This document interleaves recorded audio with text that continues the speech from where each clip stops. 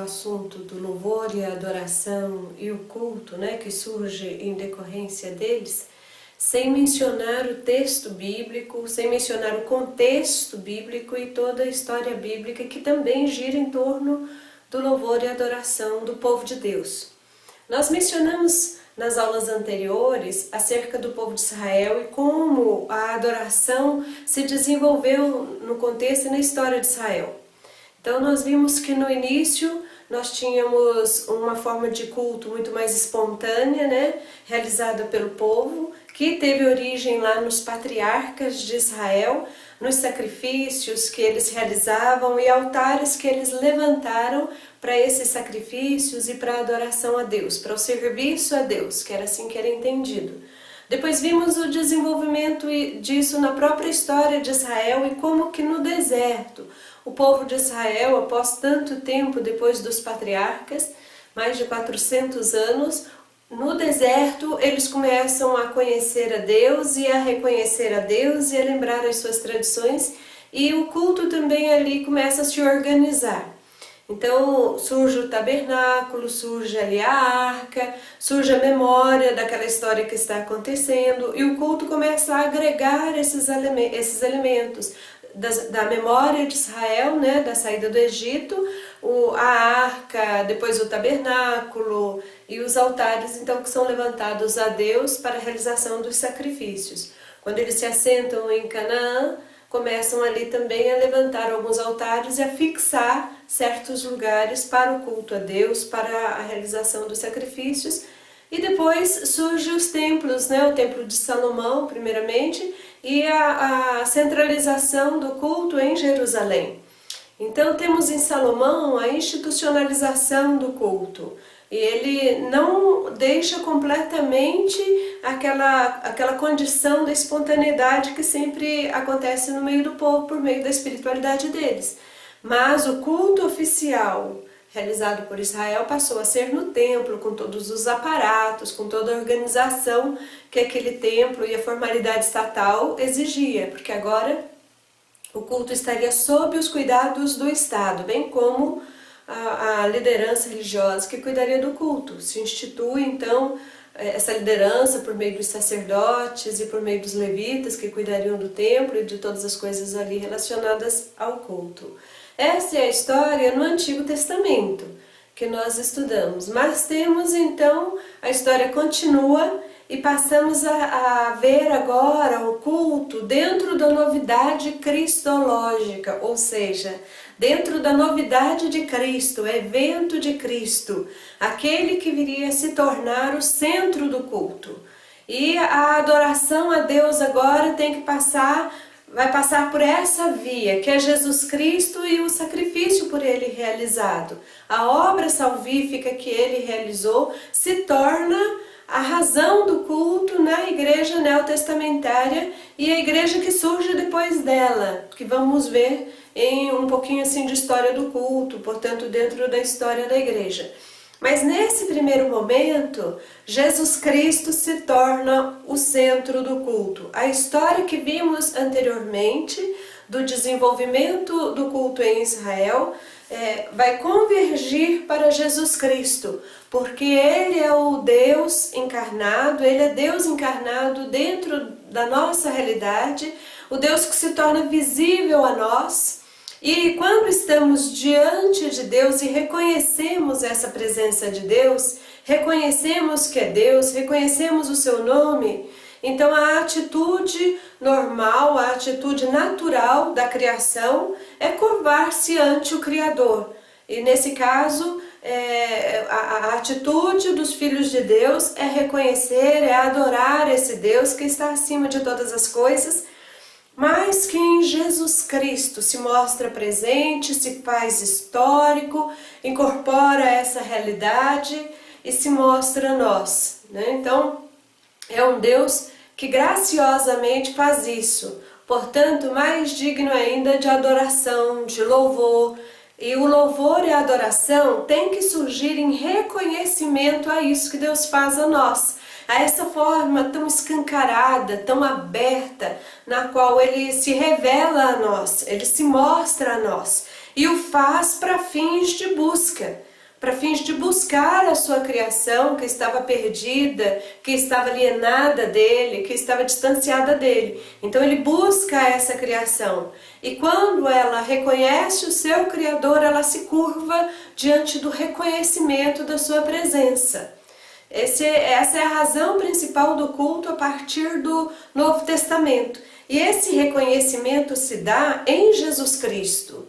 Jesus Cristo é a visibilidade de Deus, do Deus Trinitário, o Deus Pai, Deus Filho, Deus Espírito Santo, que está representado, que está presente no nosso meio por meio de Jesus Cristo.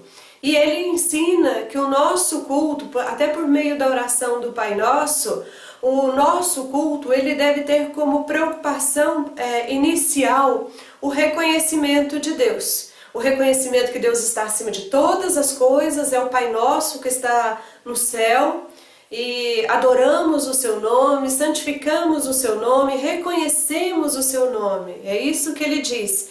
Por que a importância do nome? Conforme um teólogo chamado Emil Brunner. Porque ao nos dizer o seu nome, ao apresentar o seu nome a nós, Deus se faz histórico. Deus se faz presente, Deus se faz linguagem humana. Daí a importância do reconhecimento e da adoração desse nome. Mas Jesus também ensina que a adoração deve não somente reconhecer o nome e admitir que esse nome está acima de todas as coisas, que a Ele está vinculado todas as coisas e todas as coisas dependem dele, não somente isso, mas o culto também deve buscar o reino de Deus no mundo. Ele é o Deus que está nos céus, mas é o Deus que reina no mundo. É o Deus em que o reino se espalha por toda a terra. O seu domínio, a sua presença, o seu cuidado, o seu zelo, isso que é reino de Deus, é domínio, é cuidado. Então Jesus disse, olha, reconheça o Deus que está nos céus e ore para que o reino dele venha sobre nós. Um culto verdadeiro vai ter isso como memória, vai ter essa orientação teológica a partir do Novo Testamento. E isso ele vai fazer por meio de Jesus Cristo, reconhecer que quem fez isso, quem tornou isso possível, nós reconhecermos de fato o nome de Deus. E nós podemos invocar o reino de Deus no mundo, quem tornou isso possível foi Jesus Cristo, a partir e com a sua obra salvadora. Foi ele quem quebrou, de certa forma, aquelas barreiras que distanciavam nós de Deus, a humanidade de Deus, portanto toda a criação de Deus, e tornou possível então que nós nos relacionássemos com Deus e pudéssemos fazer essa oração.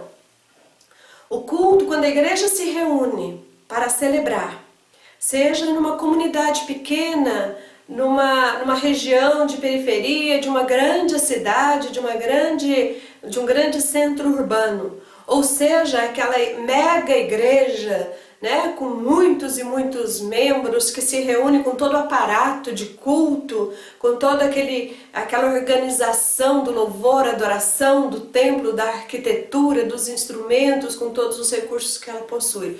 Seja essa igreja mais simples, com menos recursos, com maior simplicidade, seja essa outra em que o culto é cheio de aparatos.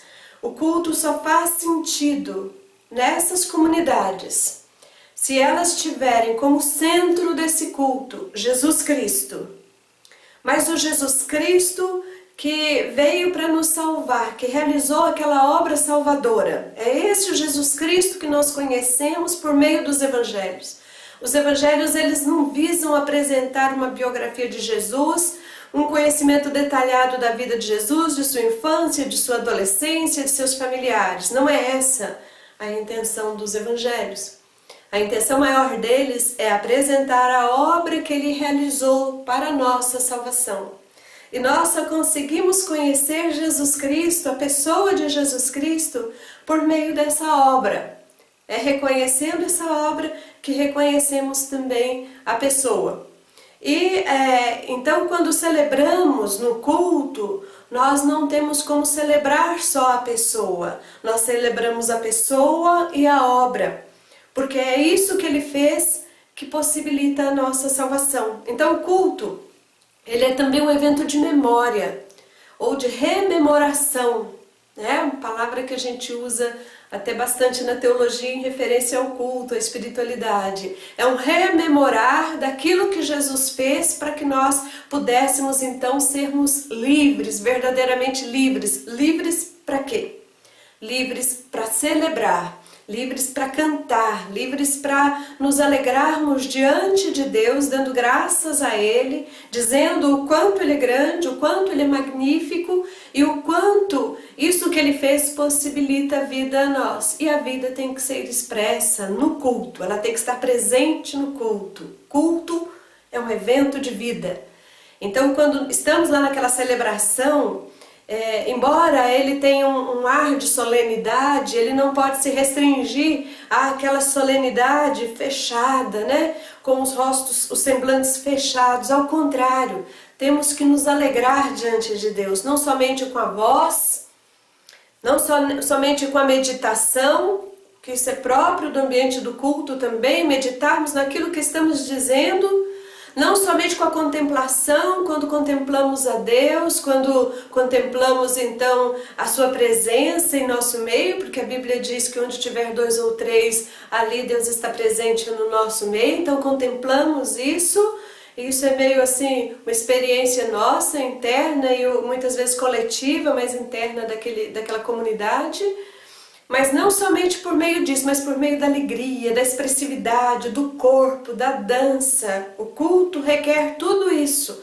O nosso corpo no culto, ele tem que se transformar em linguagem diante de Deus. Né? Assim como o pássaro que canta ao ver o ambiente lá agradável para ele não dá conta disso e canta e celebra ao Criador por aquilo que ele está vendo, também é uma reação natural até dos animais, ainda que inconsciente deles. Mas em nós também deve haver essa espontaneidade, ou seja, diante de Deus o nosso próprio corpo celebra, se alegra e vivencia aquela experiência da presença dele. Assim deve ser o culto cristão. E esse culto, ele vai ter um desfecho, ele caminha para um desfecho. O que vivenciamos agora no culto da igreja é uma experiência que ainda não é aquela experiência perfeita do grande culto que será realizado diante de Jesus Cristo. O que vivenciamos agora é essa experiência que ainda está muito dentro da história, portanto sofrendo a nossa timidez, sofrendo ainda a nossa limitação, né? O nosso acanhamento de nos expressarmos com alegria diante de Deus. E também sofrendo os problemas próprios dessa história, porque o culto também ele é uma expressão da comunidade liberta. Estamos vivendo numa sociedade e que traz a nós muitas coisas boas, mas muitas experiências ruins também, né? A igreja, por exemplo, neotestamentária, estava vivendo um momento de perseguição muito terrível, muito difícil de se conviver. E o culto muitas vezes era aquele momento de comunhão, de refrigério, de escape, mas não só de escape. O interessante é que na comunidade neotestamentária, o culto era um momento de resistência, porque ela estava proibida e impedida de se manifestar, né, e realizar culto a Jesus Cristo. Era requerido dela um culto ao imperador, ao império. Mas a igreja insistia que o culto que ela realizava era a Jesus Cristo. Então o culto no período do Novo Testamento foi um modo de resistência, foi um modo de luta pela resistência. Ainda que uma luta pacífica, assim, mas foi um modo de luta. E ele assume também essa característica nos dias atuais, deveria assumir ali que a igreja mostra o seu diferencial, ser comunidade de vida, ser comunidade do cuidado, terapêutica. É quando ela se reúne e em comunhão, todos ali, cuidam-se uns dos outros, atentam-se uns para os outros, reconhecem-se uns aos outros, né? E juntos então celebram o Criador. É nesse momento que ela mostra todo o seu diferencial, ou seja, é o momento em que a igreja se manifesta nesse mundo como igreja. Nós chamamos de a epifania da igreja. Mas ele também é um evento escatológico. Também nesse sentido é um evento escatológico, porque ele representa, em uma medida muito menor, obviamente, aquele culto que vai ser realizado no final da realização, da satisfação humana, da celebração conjunta de todos os povos da terra em harmonia diante de Deus. Isso acontecerá um dia e é nossa esperança. Nós, os cristãos, de um modo geral, sempre dizemos, não pode ser só isso, tem que ter algo mais. Nesse mundo, tudo que tem nesse mundo de bom parece que projeta para algo mais, que ainda pode ser melhor. E o culto é uma memória disso, é uma lembrança, dessa vez não do passado, mas uma lembrança do futuro, de que tem algo para o futuro, de que nossa vida e de que aquilo que estamos vivenciando enquanto comunidade, ele caminha, ele reflete algo que é muito maior, uma alegria que é muito maior, onde a gente vai poder se juntar a outros de várias cores, de várias estampas, de vários jeitos. Vamos poder nos reunir então diante de Jesus Cristo e dizer a Ele que reconhecemos a obra que Ele realizou para a nossa salvação e que é a causa principal de estarmos lá. Diz a Bíblia que nós reconheceremos o seu senhorio, admitiremos o seu senhorio e todos os povos da terra estarão diante de Deus e em suas línguas confessarão o senhorio de Cristo. Esse evento escatológico nos lembra de outro detalhe importante a ser observado no nosso culto histórico e local, que é a importância da preservação da cultura. Como é que nós vamos estar diante de Jesus Cristo, reconhecendo a Ele em nossas línguas, em nossas formas, se abandonarmos a nossa cultura, se simplesmente renegarmos a nossa cultura? Então o culto tem essa obrigação de ser também um evento cultural. Ele é a forma como aquele determinado povo, naquele lugar, festeja e celebra. Só que não festeja e celebra somente assim, mas festeja e celebra o Criador, com seus instrumentos, com a sua música, com as suas cores, com a sua língua, com seus ritmos, com o seu jeito de ser. Ele simplesmente agradece e reconhece a grandeza de Deus. Belo certamente será quando os vários povos do mundo, com todo o seu jeito de ser, com todas as suas gingas, todas as suas cores, todas as suas formas, estiverem então diante de Jesus Cristo e cada um do seu jeito, fazendo essa celebração, como se fosse o universo diante de Deus, a comunidade global diante de Deus, usando essa linguagem contemporânea, Então vai ser um evento assim, realmente, que pena que não vai ter mídia para narrar, mas vai ser muito lindo, Vai ser algo muito grandioso.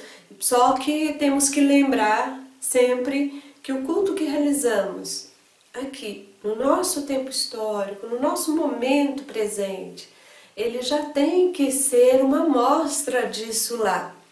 Temos que devagar ir perdendo o nosso acanhamento diante de Deus, ir recuperando os elementos culturais do nosso povo.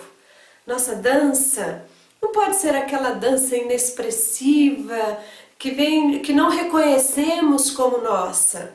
Temos que ter a presença da dança assim no culto, porque é expressão corporal, é corporeidade. Temos que ter sim, mas ela não pode ser algo que não reconhecemos como nosso, senão não faz sentido a nós.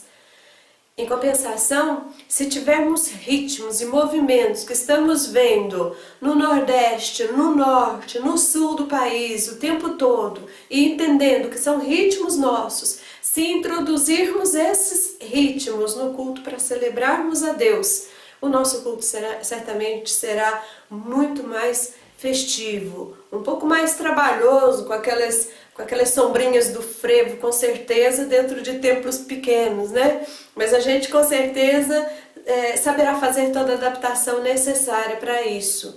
Importante é que lembremos que o culto ele é um evento cristológico, ele é um evento também trinitário por isso, é um evento escatológico, é um evento cultural.